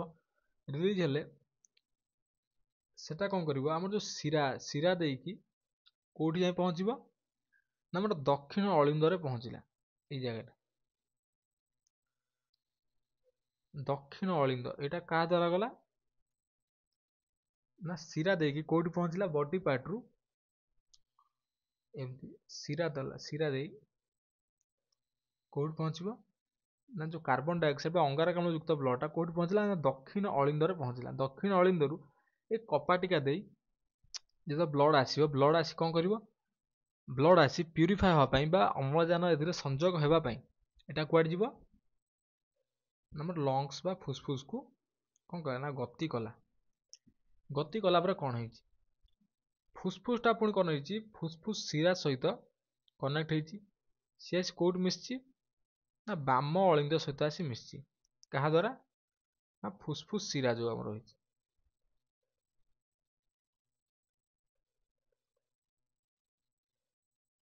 ଫୁସଫୁସ ଶିରା ଦ୍ୱାରା କ'ଣ ହୁଏ ନା ଯେଉଁ ଅମ୍ଳଜାନ ଯୁକ୍ତ ବ୍ଲଡ଼ ଏ ଜାଗାରେ ଅମ୍ଳଜାନ ଯୁକ୍ତ ବ୍ଲଡ଼ଟା ଫୁସଫୁସ ଶିରା ଦେଇ କୋଉଠି ପହଞ୍ଚିବ ଆସି ବାମ ଅଳିନ୍ଦରେ ପହଞ୍ଚିବ। ବାମ ଅଳିନ୍ଦରେ ପହଞ୍ଚିଲା ପରେ କ'ଣ ହୁଏ ଏଇ କପାଟିକା ଦେଇ ବାମ ନୀଳରେ ପହଞ୍ଚେ ସେଇ ବାମ ନୀଳ ପୁଣି କନେକ୍ଟ ହେଇଛି କୋଉଠି ନା ବଡି ମାନେ ଆମର ସେଲ୍ ବାମ ନୀଳଟା କ'ଣ କରୁଛି ମହାଧମନୀ ଦ୍ୱାରା କନେକ୍ଟ ହେଇଛି ସେ ମହାଧମନୀ କ'ଣ କରେ ନା ବାମ ନୀଳର ସଂକୋଚନ ଫଳରେ ବଡି ପାର୍ଟସକୁ ବ୍ଲଡ଼ ସର୍କୁଲେଟ୍ କରେ। ବୁଝିଗଲା କେମିତି ହାର୍ଟ ଫଙ୍କସନ୍ କରେ କେମିତି ବୁଝିପାରୁଥିବ ନ ବୁଝିପାରୁଥିବ ଏଇ ଚିତ୍ରକୁ ଲକ୍ଷ୍ୟ କରିବ ଆଉ ତୀର ଚିହ୍ନକୁ ଲକ୍ଷ୍ୟ କଲେ ତମେ କ'ଣ ଠିକ୍ ସେ ବୁଝିପାରିବ। ଏ ଜାଗାରେ କ'ଣ ହୁଏ ନା ଯେଉଁ ମହାଧମନୀ ଦେଇ ବାମ ନୀଳରୁ ବ୍ଲଡ଼ ଆସେ କୋଉଠି ବଡି ପାର୍ଟକୁ ସବୁ ଆସେ ଯେଉଁ ସେଲ୍ ୟୁଜ୍ ହେଲା ପରେ ସେଠି ଯେଉଁ କାର୍ବନ ଡାଇଅକ୍ସାଇଡ୍ ନିର୍ଗତ ହୁଏ ସେ ନିର୍ଗତ କାର୍ବନ ଡାଇଅକ୍ସାଇଡ୍ ସେ କ'ଣ କରେ ନା ଶିରା ଦେଇକି କ'ଣ କରେ ନା ଆମର ଦକ୍ଷିଣ ଅଳିନ୍ଦକୁ ପହଞ୍ଚେ। ଦକ୍ଷିଣ ଅଳିନ୍ଦରେ ଯେଉଁ କପାଟିକା ରହିଛି ଅଳିନ୍ଦ ନୀଳ ଦ୍ୱାରରେ ସେ କପାଟିକା ଦେଇ କାର୍ବନ ଡାଇଅକ୍ସାଇଡ୍ ଯୁକ୍ତ ବ୍ଲଡ଼ ସେ କ'ଣ କରେ ଲଙ୍ଗସକୁ ଯାଏ ଲଙ୍ଗସରୁ ଫୁସଫୁସ ଶିରା ଦେଇ ପୁଣି କୋଉଠି ରିଟର୍ନ ଆସେ ବାମ ଅଳିନ୍ଦକୁ ରିଟର୍ନ ଆସେ। ବାମ ଅଳିନ୍ଦରୁ କପାଟିକା ଡେଇଁ ପୁଣି ଥରେ ଅମ୍ଳଜାନ ଯୁକ୍ତ ବ୍ଲଡ଼ ବଡିକି ଆସେ। ଏଇଠି ଯଦି ଗୋଟେ ପାଟର୍ନ ଲକ୍ଷ୍ୟ କରିବ ଏ ଜାଗାରେ କ'ଣ ହେଉଛି ଯେଉଁ ଆମର ଦକ୍ଷିଣ ଅଳିନ୍ଦ ଆଉ ନୀଳୟ ଅଛି ଏଇପଟଟା ଦକ୍ଷିଣ ଅଳିନ୍ଦ ଆଉ ନୀଳୟରେ ଲକ୍ଷ୍ୟ କରିବ ଏପଟରେ କେବଳ କାର୍ବନ ଡାଇଅକ୍ସାଇଡ୍ ଯୁକ୍ତ କ'ଣ ବ୍ଲଡ଼ଟା ଆମର ଏପଟରେ ସର୍କୁଲେଟ୍ ହେଉଛି ଆଉ ଯଦି ବାମ ଅଳିନ୍ଦ ବାମ ନୀଳକୁ ଲକ୍ଷ୍ୟ କରିବ ଏପଟେ କେବଳ ଅମ୍ଳଜାନ ଯୁକ୍ତ ବ୍ଲଡ୍ ହିଁ ସର୍କୁଲେଟ୍ ହେଉଛି। ଠିକ୍ ଅଛି। ଏଟା ଯଦି ଗୋଟେ ସର୍ଟ କ୍ୱେଶ୍ଚିନ୍ ଆସିବ କି ବାମ ଅଳିନ୍ଦ ବାମ ନୀଳରେ କୋଉ ପ୍ରକାର ବ୍ଲଡ୍ ସର୍କୁଲେଟ୍ ହୁଏ, ତମେ କ'ଣ ଲେଖିବ ନା ଅମ୍ଳଜାନ ଯୁକ୍ତ ବ୍ଲଡ୍ ସର୍କୁଲେଟ୍ ହୁଏ। ଯଦି କିଏ ବାମ କଥା ପଚାରିବ କ'ଣ କହିବ, ଅମ୍ଳଜାନ ଯୁକ୍ତ ରକ୍ତ। ଆଉ ଯଦି ଦକ୍ଷିଣ କଥା ପଚାରିବ, ଦକ୍ଷିଣ କଥା ପଚାରିଲେ କ'ଣ କହିବ, ଅଙ୍ଗାରକାମ୍ଳ ଯୁକ୍ତ ବ୍ଲଡ୍ ସର୍କୁଲେଟ୍ ହୁଏ। ଠିକ୍ ଅଛି, ଏଟାକୁ ଟିକେ ମନେ ରଖିବ, ସର୍ଟ କ୍ୱେଶ୍ଚିନ୍ ଆସିପାରେ। ଠିକ୍ ଅଛି, ହୋପ୍ ଆପଣମାନେ ବୁଝିପାରୁଥିବେ କେମିତି କ'ଣ ଆମ ହାର୍ଟଟା ଫଙ୍କସନ୍ କରେ। ଦେନ୍ ଦେଖିବା କ'ଣ, ଦେନ୍ ଦେଖିବା এইটা এই ଜାଗାଟା ସେଇ ଷ୍ଟେପ୍ ଲେଖା ହେଇଛି। କ'ଣ ହେଇଛି ନା ଦକ୍ଷିଣ ପଟ ଅଳିନ୍ଦ ଆଉ ନୀଳ ଦେଇ, ଦକ୍ଷିଣ ପଟ ଅଳିନ୍ଦ ଆଉ ନୀଳ ଦେଇ କ'ଣ ମାନେ ଆମର ବ୍ଲଡ୍ ସର୍କୁଲେଟ୍ ହୁଏ ନା ଅମ୍ଳଜାନ ବିହୀନ ରକ୍ତ ସଞ୍ଚାଳିତ ହୋଇଥାଏ। ଠିକ୍ ଅଛି, ଏଇ ଯେଉଁ ଦକ୍ଷିଣ ପଟ ଅଳିନ୍ଦ ରହିଲା, ଏଇପଟ ଦକ୍ଷିଣ ପଟ ଅଳିନ୍ଦ ଆଉ ନୀଳରେ ଏଇପଟେ କ'ଣ ଥାଏ ନା ମାନେ କାର୍ବନ ଡାଇଅକ୍ସାଇଡ୍ ଯୁକ୍ତ ବ୍ଲଡ୍ ଯେହେତୁ ସର୍କୁଲେଟ୍ ହେଇଯାଏ, ଯେଉଁଥିରେ କ'ଣ ନଥାଏ ଆମର ଅମ୍ଳଜାନ ନଥାଏ ବା ଅମ୍ଳଜାନ ବିହୀନ ରକ୍ତ ହୋଇଥାଏ। ଦେନ୍ ଗୋଟେ ଟର୍ମ ଅଛି ଆମର ଦ୍ୱୈତ ରକ୍ତ ସଞ୍ଚାଳନ। ତା ମାନେ କ'ଣ, ତା ମାନେ କ'ଣ, ସେମ୍ ଚିତ୍ରକୁ ଯିବା। ଏ ଜାଗାରେ ଗୋଟେ ଲକ୍ଷ୍ୟ କରିଥିବ ଗୋଟେ ପାଟର୍ନ ଫଲୋ କରୁଛି। ଆମର କ'ଣ ଗୋଟେ ହାର୍ଟଟା ମାନେ ବଡି ପାର୍ଟକୁ ପହଞ୍ଚିଲା ପର୍ଯ୍ୟନ୍ତ ରକ୍ତ ଗୋଟେ ପାଟର୍ନ ଫଲୋ କରୁଛି। ପାଟର୍ନ କ'ଣ, ହାର୍ଟଟା କ'ଣ ହେଲା ଥରେ ପମ୍ପ ହେଲା ବେଳେ ସେ କ'ଣ କରୁଛି ନା ବଡି ପାର୍ଟକୁ ରକ୍ତ ପଠେଇଲା।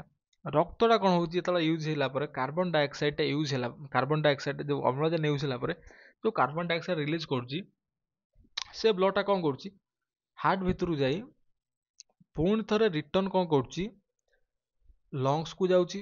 ସେ ଲଙ୍ଗସରୁ ପୁଣି କ'ଣ ଅମ୍ଳଜାନ ସଂଯୁକ୍ତ ହୋଇ ପୁଣି ଥରେ ବଡି ପାର୍ଟକୁ ଆଉଛି, ବଡି ପାର୍ଟରୁ ପୁଣି ଥରେ ହାର୍ଟକୁ ଯାଉଛି।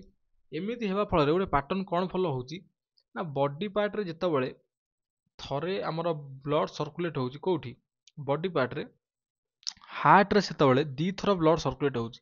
ଏ ତୀର ଚିହ୍ନକୁ ଲକ୍ଷ୍ୟ କରିପାରୁଥିବ କ'ଣ ହେଲା ନା ଏ ବଡି ପାର୍ଟରୁ କେଉଁଠି ଗଲା, ହାର୍ଟକୁ ଗଲା, ହାର୍ଟରୁ କେଉଁଠି ଗଲା, ଏ ତୀର ଚିହ୍ନ ଲକ୍ଷ୍ୟ କରିପାରୁଥିବ।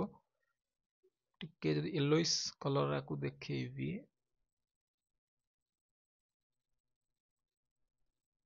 ନାଇଁ ପର୍ପଲ୍ କଲର୍ ଦେଖଉଛି, ଏଇ ଲକ୍ଷ୍ୟ କରିପାରୁଥିବ ମୋର କ'ଣ ହେଇଛି ବଡି ପାର୍ଟରୁ କେଉଁଠି ଗଲା ନା ହାର୍ଟକୁ ଗଲା, ନାଇଁ ଗଡ଼ବଡ଼ ହେଇଯିବ। ଠିକ୍ ଅଛି, ଛାଡ଼। ଏ ବଡି ପାର୍ଟରୁ କ'ଣ ହେଲା ନା ବଡି ପାର୍ଟରୁ ଗଲା କେଉଁଠି ହାର୍ଟକୁ ଯାଇଛି। ଏଇ କ୍ରସରକୁ ଲକ୍ଷ୍ୟ କରିବ, ହାର୍ଟକୁ ଗଲା, ହାର୍ଟରୁ କ'ଣ ହେଲା ପୁଣି ଲଙ୍ଗସକୁ ଗଲା, ଲଙ୍ଗସରୁ କ'ଣ ହେଲା ପୁଣି ଥରେ ହାର୍ଟକୁ ଆସିଲା, ହାର୍ଟରୁ କ'ଣ ଆସିଲା ବଡି ପାର୍ଟକୁ ଆସିଲା। ତାମାନେ ଯେଉଁ ଥରେ ଯେତେବେଳେ ପମ୍ପିଂ ହେଉଛି ସେତେବେଳେ କ'ଣ ହେଉଛି ଆମର ଅମ୍ଳଜାନ ଯୁକ୍ତ ବ୍ଲଡ୍ ଯେତେବେଳେ ମାନେ ଅମ୍ଳଜାନ ହେଉ କି ଅଙ୍ଗାରକାମ୍ଳ ଯୁକ୍ତ ବ୍ଲଡ୍ ହେଉ ଯେତେବେଳେ ବଡି ପାର୍ଟରେ ସର୍କୁଲେଟ୍ ହେଉଛି ସେତେବେଳେ ହାର୍ଟ ଭିତରେ ଦୁଇଥର ସେଟା ସର୍କୁଲେଟ୍ ହେଉଛି। ଠିକ୍ ଅଛି, ସେଇଥିପାଇଁ ଯେଉଁ ଦୁଇଥର ସର୍କୁଲେଟ୍ ହେଉଛି ହାର୍ଟ ଭିତରେ, ସେଇଥିପାଇଁ ଆକୁ କ'ଣ କୁହାଗଲା ଆମର ଦ୍ୱୈତ ରକ୍ତ ସଞ୍ଚାଳନ କୁହାଯାଏ। ଯେଉଁଟାକି କେବଳ କେଉଁଠି ଥରେ ଦେଖାଯାଏ ମାମାଲ୍ସଙ୍କ କ୍ଷେତ୍ରରେ ଦେଖାଯାଏ, ମାମାଲ୍ସ ବା ସ୍ତନ୍ୟପାୟୀ ପ୍ରାଣୀ। ମାମାଲ୍ସଙ୍କ କ୍ଷେତ୍ରରେ କ'ଣ ଦେଖାଯାଏ, ଦ୍ୱୈତ ରକ୍ତ ସଞ୍ଚାଳନ ଦେଖାଯାଇଥାଏ। ଠିକ୍ ଅଛି, ଦେନ୍ ଏଇଟା ଥିଲା ଚିତ୍ର ଥିଲା, ମୁଁ ତ ଆଗରୁ ବୁଝେଇ ସାରିଛି। ଦେନ୍ ଏହା କ'ଣ ଓଭରାଲ୍ ଫଙ୍କସନ୍ ଅଫ୍ ହାର୍ଟ। ଠିକ୍ ଅଛି, ଓଭରାଲ୍ ଫଙ୍କସନ୍ କ'ଣ ନା ପ୍ରଥମ ସୋପାନରେ ଆମର କ'ଣ ହେଲା ଯେଉଁ ଅଙ୍ଗାରକାମ୍ଳ ଯୁକ୍ତ ବ୍ଲଡ୍ ରହିଲା ସେଟା କେଉଁଠୁ ଆମର ଆସେ, ଯେଉଁ ବଡି ପାର୍ଟରୁ ଯେତେବେଳେ ଅଙ୍ଗାରକାମ୍ଳ ଯୁକ୍ତ ବ୍ଲଡ୍ এইପଟେ ପାଇଲୁ ଆମେ କେଉଁଠି ପାଇଲେ ଶିରା ଦେଇ କ'ଣ ହେଲା ନା ଆମର ଦକ୍ଷିଣ ଅଳିନ୍ଦରେ ପହଞ୍ଚିଛି। ଏଇ ଦକ୍ଷିଣ ଅଳିନ୍ଦରେ ପହଞ୍ଚିଲା ପରେ ପୁଣି କ'ଣ ହେଇଛି ନା କପାଟିକା ଦେଇ, ଏଇଠି ଯେଉଁ କପାଟିକା ଆମର ଅଛି କପାଟିକା ଦେଇ ପୁଣି କେଉଁଠି ପହଞ୍ଚିଛି ନା ଦକ୍ଷିଣ ନୀଳରେ ପହଞ୍ଚିଛି। ଦକ୍ଷିଣ ନୀଳରୁ ଅଙ୍ଗାରକାମ୍ଳ ଯୁକ୍ତ ବ୍ଲଡ୍ ଫୁସଫୁସ୍ ଧମନୀ ଦେଇ କେଉଁଠି ଯାଇଛି ନା ଫୁସଫୁସ୍ ପାଖରେ ପହଞ୍ଚିଛି। ଫୁସଫୁସ୍ରୁ କ'ଣ ହେଇଛି ଫୁସଫୁସ୍ ଶିରା ଦେଇକି ଆମର ଯେଉଁ ଅମ୍ଳଜାନ ଯୁକ୍ତ ବ୍ଲଡ୍ ରହିଲା, ଅମ୍ଳଜାନ ଯୁକ୍ତ ବ୍ଲଡ୍ କ'ଣ କରୁଛି ଫୁସଫୁସ୍ ଶିରା ଦେଇକି କେଉଁଠି ପହଞ୍ଚିଛି ନା ବାମ ଅଳିନ୍ଦରେ ପହଞ୍ଚିଛି। ବାମ ଅଳିନ୍ଦରେ ପହଞ୍ଚିଲା ପରେ ପୁଣି ଥରେ କପାଟିକା ଡେଇଁକି କୋଉଠି ପହଞ୍ଚିଲା ନା ବାମ ନୀଳୟରେ ପହଞ୍ଚିଛି। ବାମ ନୀଳୟରୁ ମହାଧମନୀ ଦେଇ କୋଉଠି ପହଞ୍ଚିଛି ନା ବଡିରେ, ସବୁ ବଡିରେ ସର୍କୁଲେଟ ହେଇଛି। ଠିକ ଅଛି, ଏ ଜାଗାରେ ବି କଣ ଅଛି ନା ଆମର ଅମ୍ଳଜାନ ଯୁକ୍ତ ବ୍ଲଡ ଏମିତି ସର୍କୁଲେଟ ହେଇଛି। ଠିକ ଅଛି, ଏଇଟା ଟିକେ ପଜ କରି ଦେଖିନବ। ଦେନ୍ ଦେଖିବା କଣ ମାଛରେ ମାନେ ରକ୍ତ ସଞ୍ଚାଳନ କେମିତି ହୁଏ। ମଣିଷର ତ ହାର୍ଟ କରେ, ତାହେଲେ ମାଛରେ କେମିତି କଣ ହୁଏ? ମାଛର ବି ତା ହାର୍ଟ ଦ୍ୱାରା ରକ୍ତ ସଞ୍ଚାଳନ ହୁଏ। କିନ୍ତୁ ଗୋଟେ କଣ ରହିଥାଏ ନା ଆମର ମଣିଷର ଯେତେବେଳେ ମଣିଷର ଲଙ୍ଗସ ଥିଲାବେଳେ ମାଛର ଲଙ୍ଗସ ନଥାଏ। ମାଛର ଲଙ୍ଗସ ଭଳିଆ କିଏ କାମ କରେ? ତା ଯୋଉ ଗାଲି ରହିଥାଏ, ସେଟା କୋଉ ଭଳିଆ କାମ କରେ? ଲଙ୍ଗସ ଭଳିଆ କାମ କରିଥାଏ।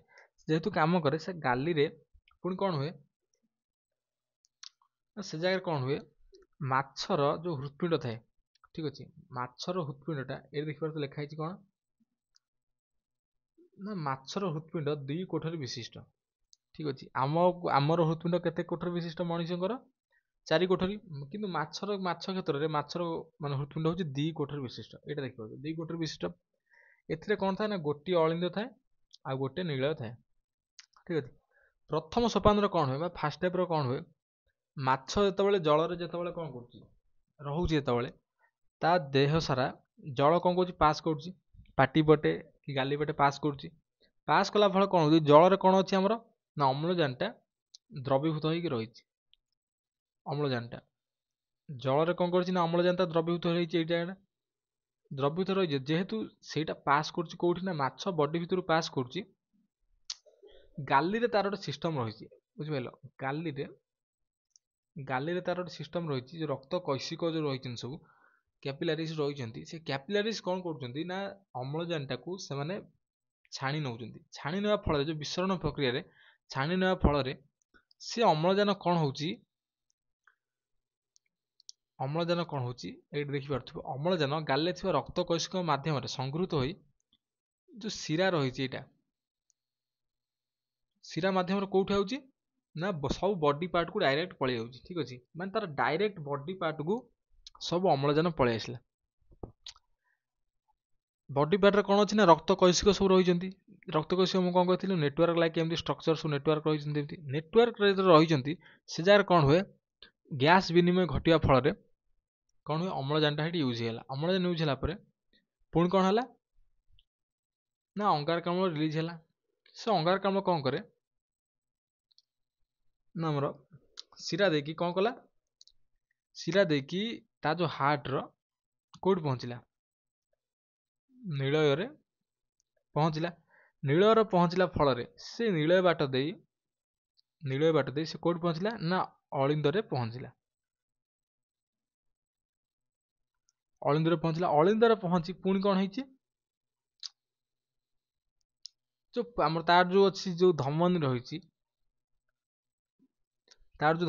ଗିଲ୍ସ ପାଇଁ ଯୋଉ ଧମନୀ ରହିଛି, ସେ ଧମନୀ ଦେଇ ସେ ପୁଣି କଣ ହଉଛି ନା ଗିଲ୍ସ ପାଖକୁ ଯାଉଛି। କୋଉଟା? ବ୍ଲଡଟା ଯେହେତୁ ଗିଲ୍ସ ପାଖକୁ ଯାଉଛି, ଏଇ ବ୍ଲଡରେ କଣ ଅଛି ନା କାର୍ବନ ଡାଇଅକ୍ସାଇଡ ଅଛି। ଯେତେବେଳେ ଗିଲ୍ସ ପାଖକୁ ଯିବ, ବ୍ଲଡଟା ଆଉ କାର୍ବନ ଡାଇଅକ୍ସାଇଡ ପହଞ୍ଚିବ, ସେ ଜାଗାରେ କଣ ପ୍ରୋସେସ ହୁଏ? ସେଇ ବିସରଣ ପ୍ରକ୍ରିୟାରେ ସେଠି କଣ ଥାଏ ନା ଗିଲ୍ସ ପାଖରେ କଣ ଥାଏ? ଆମର ଅମ୍ଳଜାନ ଥାଏ। କଣ ପାଇଁ ନା ଜଳ ସେଠି ଥାଏ। ସେ ବ୍ଲଡଟା ସେଠି କଣ କରେ ନା ଅମ୍ଳଜାନ ସହିତ ସାଙ୍ଗ ହେଇଯାଏ, ଆଉ କଣ କରେ ନା ଅଙ୍ଗାରକାମ୍ଳକୁ ସେଇ ଗିଲ୍ସ ପଟେ ତାର ରିଲିଜ କରିଦିଏ।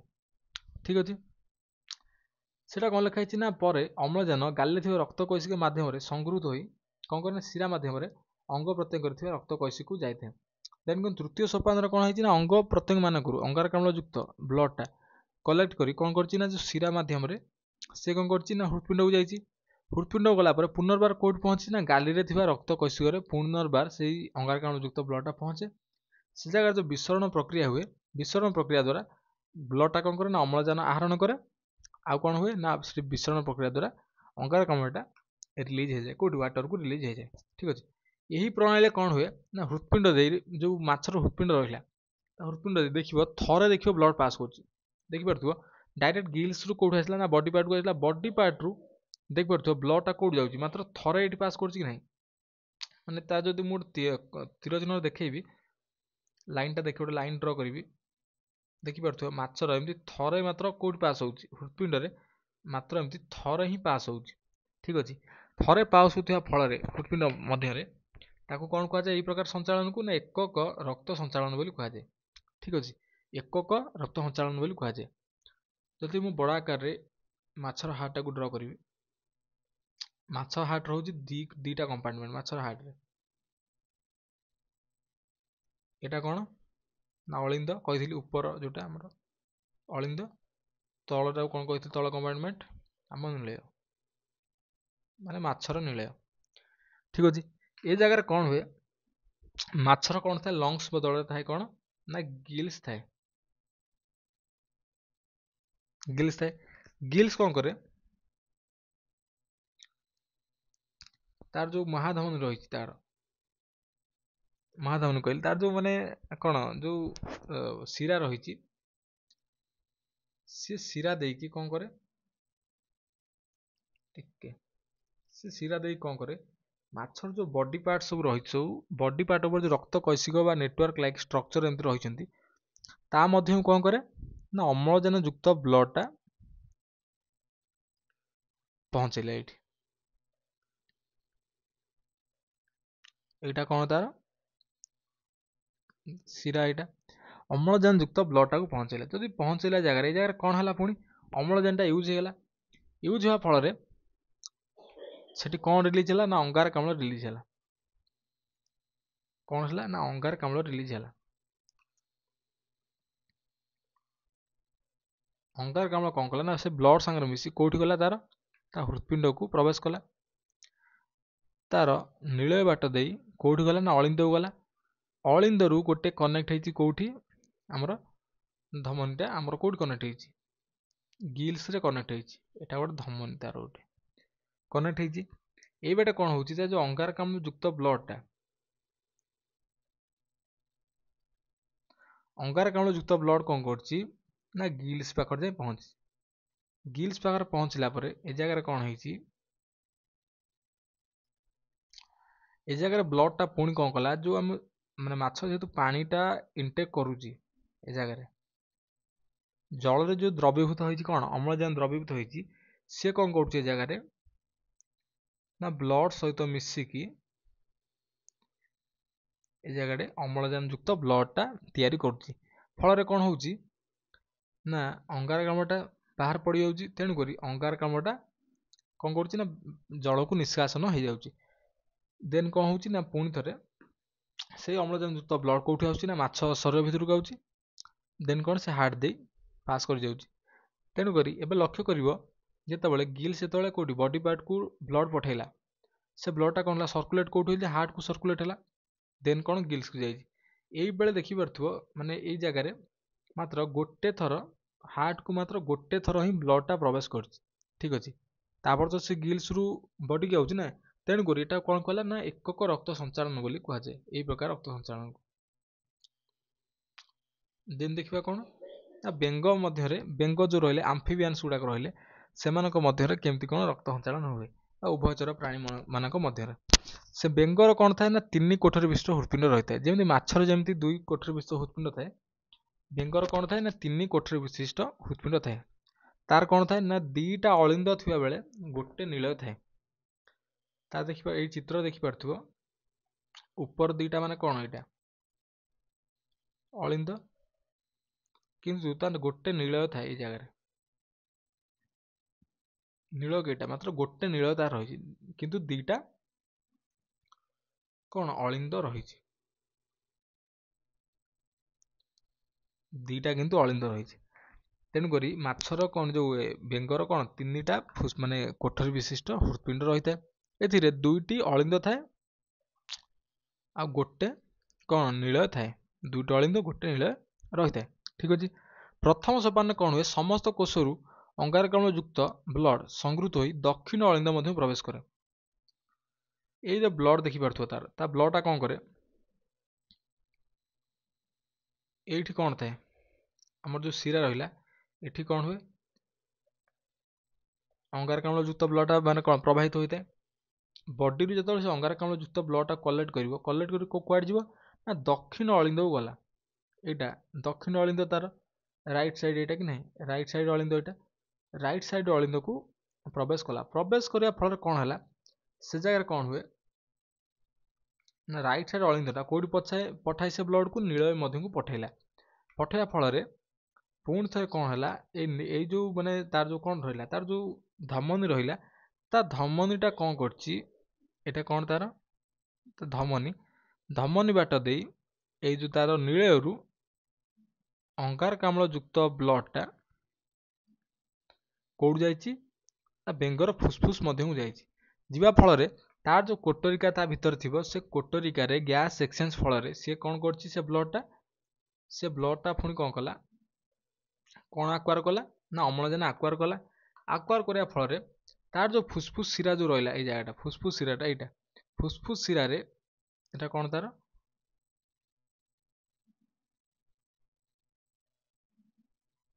फुसफुस शिरा दे पुणी थर ब्लड कौटे है जो बाम अलिंद को आसी बाम अलिंद को आसिया फल पुनर्बार कौन जगार ना बाम अलिंदर ब्लडटा कौट पलैला नीलय को पलैसी नीलयरू तार जो महाधमनी यहाँ बेंगर जो महाधमनी रही महाधमनी दे ब्लडटा मैंने अम्लजान युक्त ब्लडटा कौटी है बॉडी पार्ट को प्रवेश कर तार जो रक्त कैसिक अच्छी यूजेस पुणी थे हो जाए ठीक अच्छे जदि मुझे बड़ आकार बुझेबी किसी एमती हम टिके स्पेस ना टिके स्पेस रे बुझेदेवी बेंगर कौन है तीन कोठरी विशिष्ट तार हृदपिंड अच्छी तीन कोठरी विशिष्ट हृदपिंड एटा तार कौन ना राइट अलिंद ए लिखिदे एटा तार कौन लेफ्ट अलिंद एटा तार कौन नीलय ठीक एन लिखिदेली सिंबल ए जगह कौन है बेंगर कौन हुए ना बेंग क्षेत्र कौन हुए तार जो रहा कौन बॉडी पार्ट्स गुड़ा रहा ता बॉडी पार्ट्स रक्त कैसिक अच्छी से मैंने कौन कले शिरा द्वारा कौटी पठेले अंगारकाम्ल युक्त ब्लड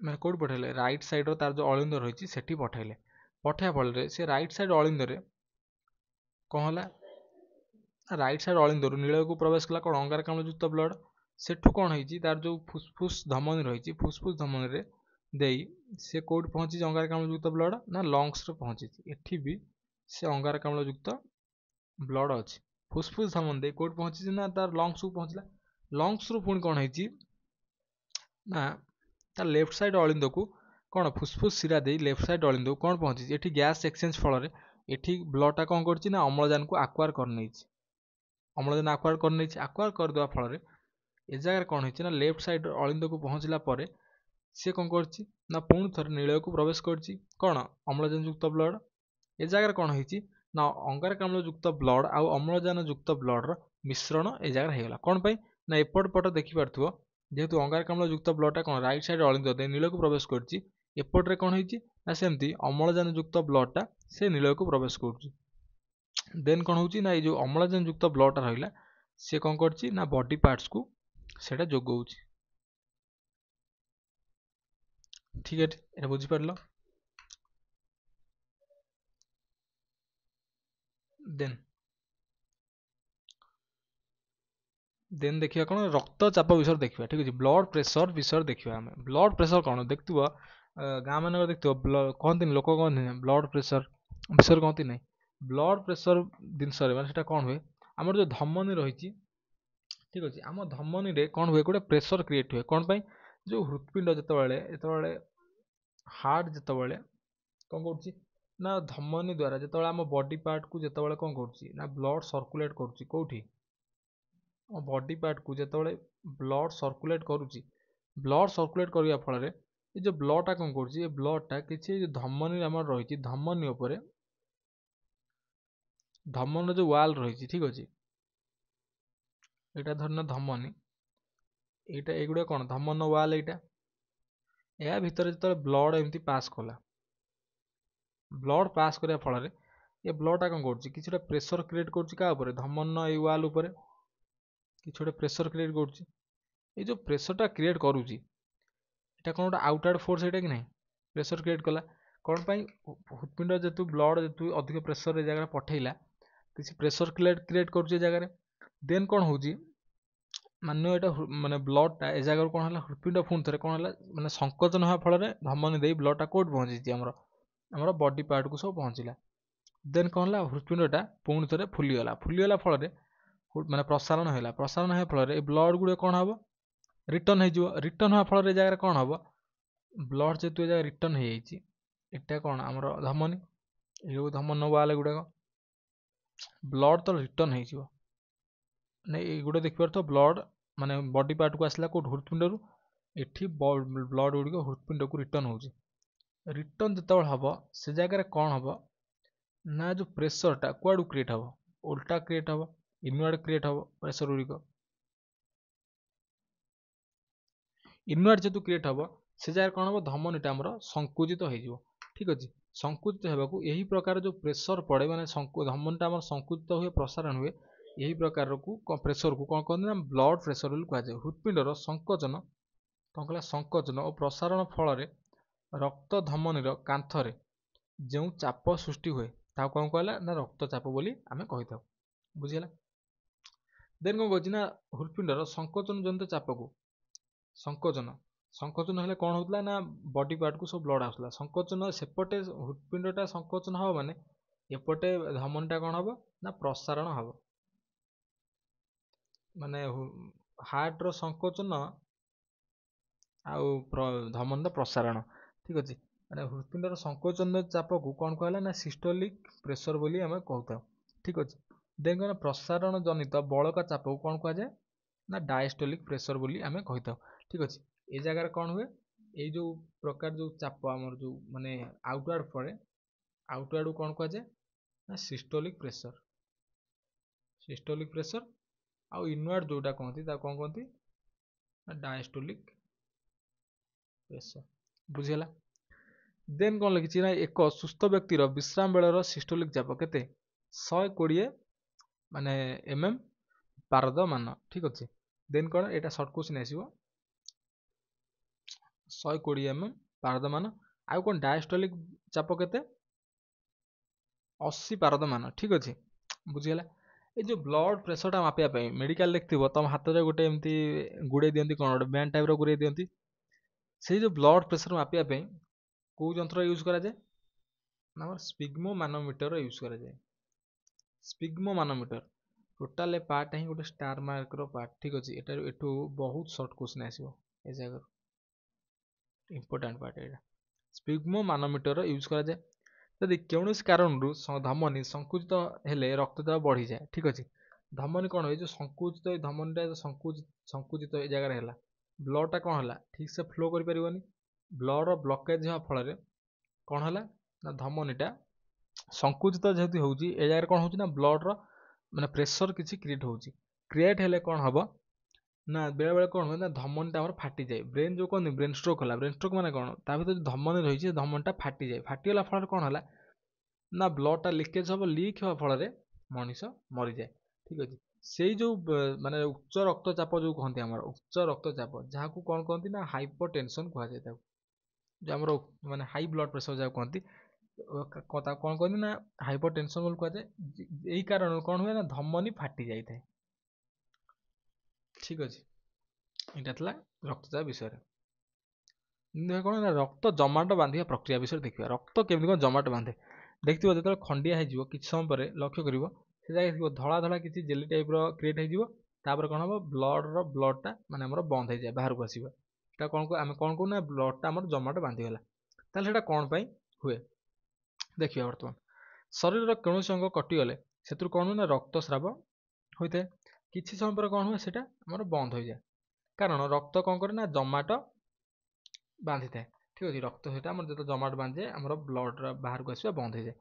देन कौन कहना प्लाज्मा विभिन्न प्रकार प्रोटीन रक्त जमाट बांधे कौन करना साहाय्य करते रक्त में 3 प्रकार कोष थाए जानते रक्त 3 प्रकार सेल थाए कि नहीं कौन थाए रोहित रक्त कणिका आरबीसी श्वेत रक्त कणिका डब्ल्यूबीसी आउ कौन थाए अणुचक्रिका थाए आम थाए देन कहना ना खंडिया होगापर से जगार कौन हुए ना क्षत टीस्यू भांगी जाइए अणुचक्रिका वायु संस्पर्श आसवा फल कौन हुए ना प्लाज्मा जो इनएक्टिव प्रोटीन थाए प्लाज्मा आमर इनएक्टिव प्रोटीन थाए ठीक अच्छे ताको कौन कहुए ना आमर जो कौन कहती थ्रम्बोप्लास्टिन जोटा कहती सेटा कौन हुए ना माने से थ्रम्बोप्लास्टिन कौन हुए वायु संस्पर्श आसिया फल सेटा एक्टिव होगा एक्टिव होला फल कौन है लिपोप्रोटीन तैयारी गोटे करे बुझिपाल गोटे लिपोप्रोटीन तैयारी करे यही जो थ्रम्बोप्लास्टिन रहा रक्त रे कौन करे ना कैल्शियम आयन तथा एंजाइम उपस्थित रे कौन कला ना प्लाज्मा रे थिबा एक प्रोटीन प्रोथ्रम्बिन को थ्रम्बिन नामक सक्रिय एंजाइम रे परिणत करे ठीक अच्छे देन कौन कही ना थ्रम्बिन प्रभाव में फाइब्रिनोजेन नामक अन्य एक प्लाज्मा प्रोटीन फाइब्रिन ने परिणत हुए यही तंतु परी एक क्षत स्थान रे ठूल होई कौन करे ना सूक्ष्म जालिका सृष्टि करे यही जाल रे रक्त कणिका आ अणुचक्रिका छंदी होई खंडिया स्थान उपर पतला आवरण तैयारी करते जहाँ फल रक्तस्राव बंद हो जाए या टोला प्रोसेस जदि देखिबा आमे यार प्रोसेस सब कौन कौन होई प्रोसेस जदि हम देखिबा डायग्राम रे मु बुझेबी किसी टेंशन मान नहीं डायग्राम रे जदि मु बुझेबी ए जगह कौन हुए मान गोटे पार्ट रे हमर खंडिया हो जाए गोटे पार्ट रे हमर खंडिया हो गला ए जगह खंडिया है जगहटा नहीं एटा जानी पड़थो मानी न नहीं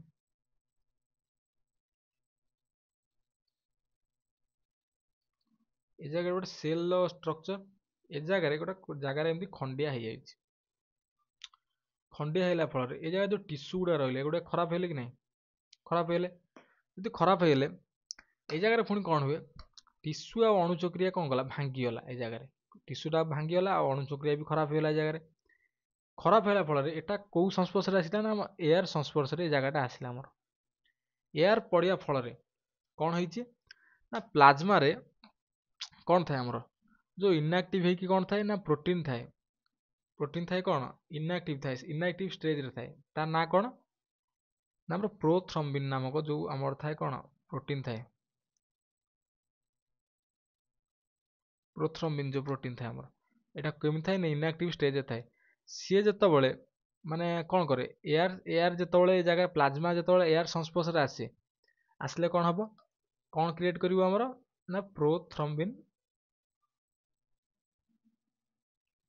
एक्टिव हो गला एक्टिव होगा पर कौन हुए सेटा कौन हुए ना प्रोथ्रम्बिन टा कौन करे ना यही थ्रम्बोप्लास्टिन टा कौन करे ना रक्त रे थिबा कैल्शियम आयन आउ एंजाइम रो उपस्थित रे एही प्रोथ्रम्बिन टा कौन करची तो कैल्शियम आयन उपस्थित रे कैल्शियम आयन हम कोठी होची ना ब्लड रे अछि कैल्शियम आयन जेतबेले मिसी जाईची जगह रे का संगे प्रोथ्रम्बिन जगह रे कैल्शियम आयन मिसी कि ना कौन करता कौन क्रिएट करची ना थ्रम्बिन ने एठी क्रिएट होईची थ्रम्बिन क्रिएट कर थ्रम्बिन प्रभाव में कौन हुए देखिए तो थ्रम्बिन प्रभाव में फाइब्रिनोजेन नामक एक प्लाज्मा प्रोटीन फाइब्रिन ने परिणत हुए तो आम जो प्लाज्मा रे जो आमर कौन अच्छी जो फाइब्रिनोजेन अच्छी कौटी प्लाज्मा रे कौन अच्छी ना आमर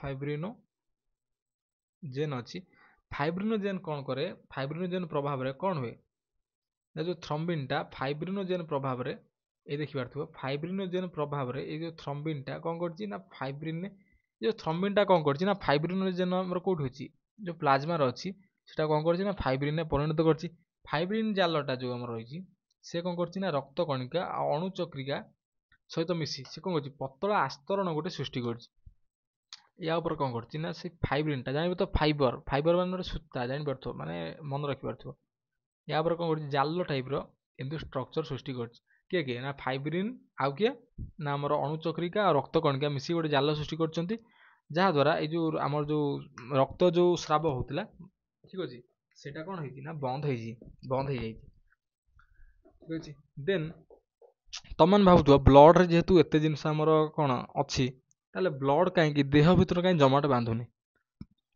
मन आसुच कि ना देह भितर तो जमाट बांध जाता ब्लड किंतु कौन हुए आम बॉडी रे कौन थाए हिपारिन नामक गोटे प्रोटीन आमर थाए ठीक अच्छे ब्लड रे हिपारिन नामक प्रोटीन थी कौन करे ना रक्त को जमाट बांधे दिए ना ठीक अच्छे आमर जमी हिपारिन अच्छी जोक देखिए जोकर लाल रे कौन थाए ना हिरुडिन थाए से हिरुडिन रक्त को जमाट बांधे को ଦିଏ ନାହିଁ।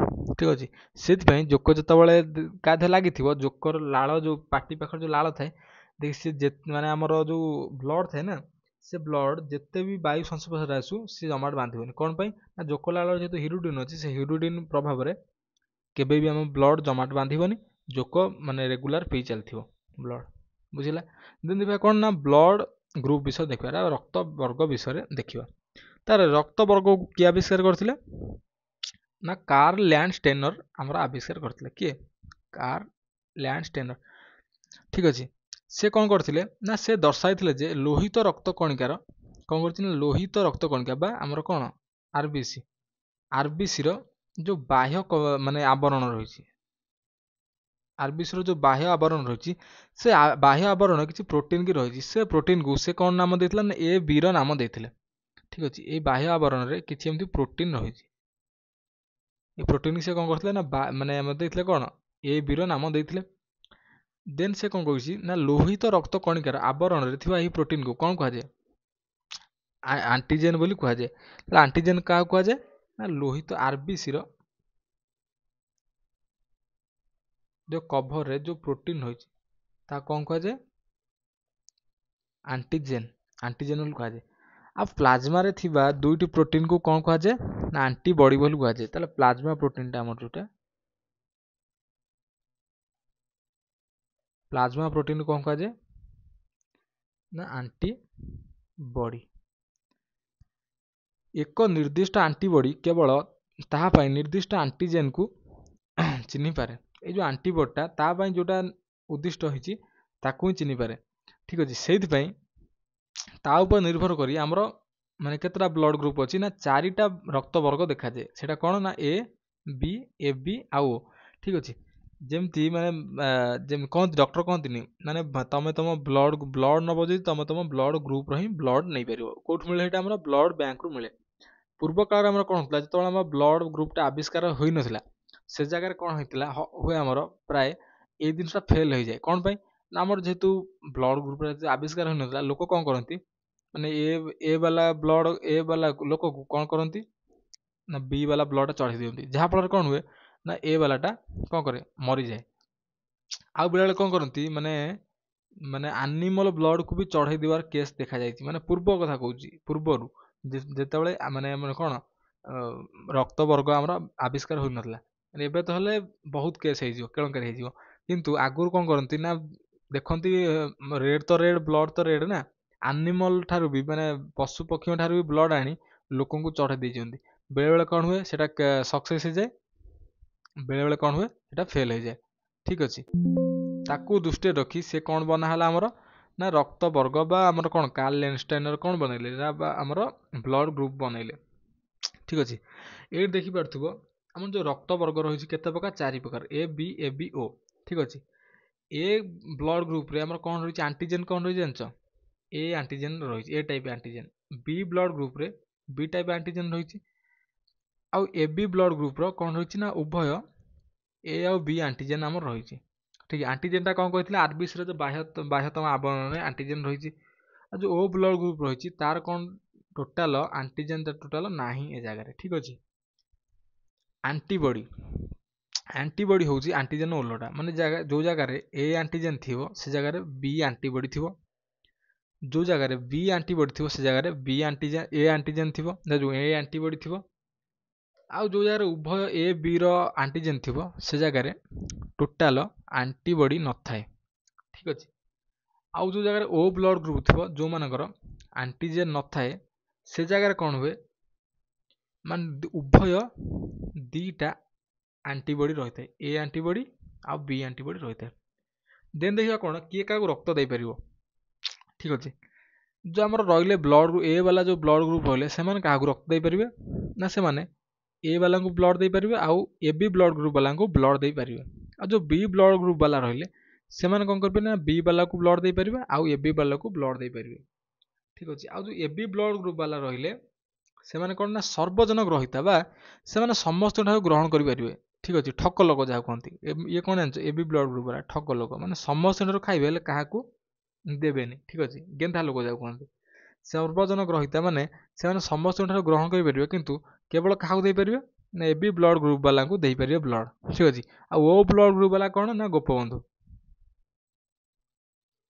गोपबंधु कौन पाए सी कौन करेंगे ना समस्त सर्वजन दाता समस्त को ब्लड दे पारे किंतु सी तो ग्रहण करेंगे क्या ग्रहण करेंगे मात्र ओ ब्लड ठारू ओ माने जो ब्लड ग्रुप है से ग्रहण करेंगे ठीक अच्छे से जो ओ ब्लड ग्रुप वाला रही जेहेतु से रेयर केस रे जगह कौन हुए माने प्राय लोकंर तो ए आउ बी थाए ब्लड ग्रुप ठीक अच्छे से ओ ब्लड ग्रुप वाला हैरान हो जाती आ प्राय केस रे से माने मृत्युवरण करती से केवल ओ ब्लड ग्रुप वाला ठू जेहेतु से ग्रहण करेंगे से प्रायतः मृत्युवरण करते ठीक अच्छे आज क्लास यहाँ आज हम देखले कौन हार्टर स्ट्रक्चर विषय देखले हार्टर केमती कौन फंक्शन सब ता विषय देखले आ ब्लड केमती कौन बॉडी सर्कुलेट करे ता विषय देखले ब्लड ग्रुप विषय पढ़िले आ रक्त केमती कौन जमाट बांधे ता विषय आम देखले ठीक अच्छे जदि क्लासटा पसंद आसो क्लास को लाइक करेंगे आम चैनल को सब्सक्राइब करेंगे आउ यार जो नोट्र लिंकटा आपको टेलीग्राम रे सेंड करदेवी आपन चाहिए डायरेक्ट नोटा भी आम डिस्क्रिप्शन पाइपर जहाँ आपको कमेंट करने को हम जदि वीडियो पसंद आसो वीडियो को लाइक करेंगे चैनल को सब्सक्राइब करेंगे आ कुछ डाउट थिले आमको कमेंट रे जणाइबे जय जगन्नाथ।